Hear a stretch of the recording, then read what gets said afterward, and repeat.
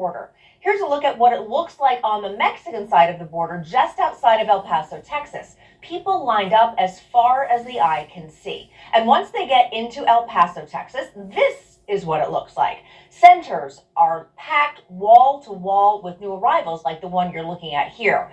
And right behind them, there are more and more people waiting to illegally cross. We don't know who or what they are bringing in. We don't know who they are. And since this show is called The Count, we're going to give you a count. The number of border crossings this year alone now tops 2 million. How's that for a count? Has it ever been this bad before? To answer that question, we have Mark Morgan joining us, a senior law enforcement analyst and the former acting Customs and Border Patrol commissioner. Also with us, an unwitting victim of the border crisis, Agnes Gibney. Her son was murdered by a Mexican illegal alien who had previously been deported. I really appreciate both of you for being with me today. Thanks so much. Mark, I'm going to start with you. How bad is it? We've heard so many Border Patrol agents and even the governor of Texas saying we've never seen it get this bad, but it seems like it's getting worse every single day. Katrina, you're right on both counts. Look, make no mistake, what we're experiencing on our southern border is the worst self-inflicted crisis that we've seen in our lifetime, and it's getting worse by the day, just as you said. Look, we know about the millions of illegal aliens that come across. You've given those numbers, again, the highest we've ever seen. But here's what's important.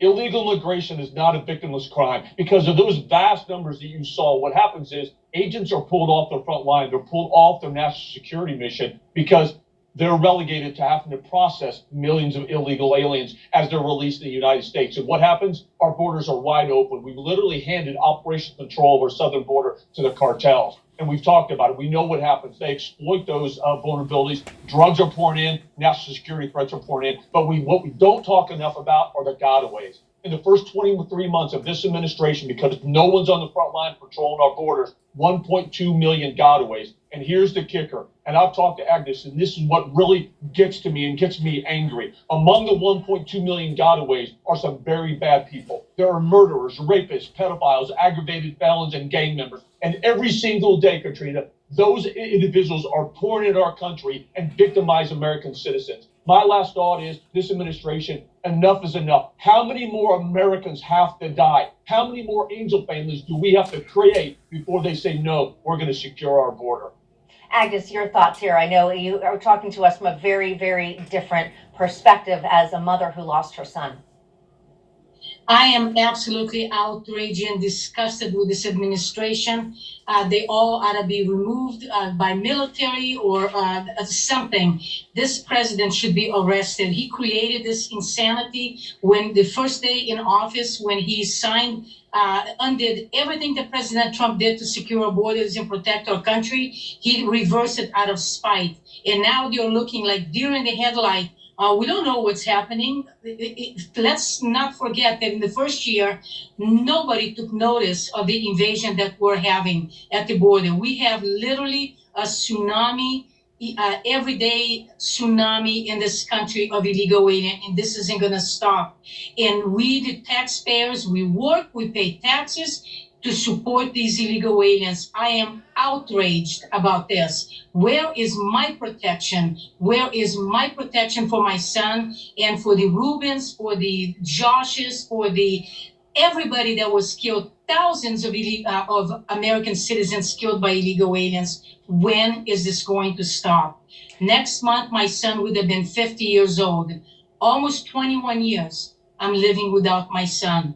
My life has been destroyed. My family has been destroyed. There's not a day that goes by that I don't think of my son. And I'm angry, disgusted with this government because they're doing absolutely nothing. Mayorkas, Kamala Harris, President Biden should be all in prison because they created and they're doing absolutely nothing. And then they have the nerve to blame the smugglers and the Republicans for this crisis. Really, President Biden, wake up. Take the pacifier out of your mouth and take your glasses off, put your goggles on, and start watching what's happening. Kamala Harris, Go down to the border. I'll challenge you. I will pay my way to go down to the border so you can see what's happening. This is not fair to American citizens, and it's not fair to the illegal aliens either. Yeah, and we know, of course, President Biden, Kamala Harris really haven't been making any visits to the border. Secretary of Homeland Security Alejandro Mayorkas, of course, has been at the border, but he says the situation is under control. I know you will both disagree with that. Let's listen to what he had to say. Do you continue to maintain that the border is secure? Yes, and we are working day in and day out to enhance its security, Congressman. Agnes, I'm going to continue with you here. Again, you know the security has certainly not been enhanced, and I know you feel very strongly about that. Do you think that this administration thinks that the American people are stupid enough to just believe if they say it's secure, that it must be secure, despite what we're seeing happening every day? The Democrats do.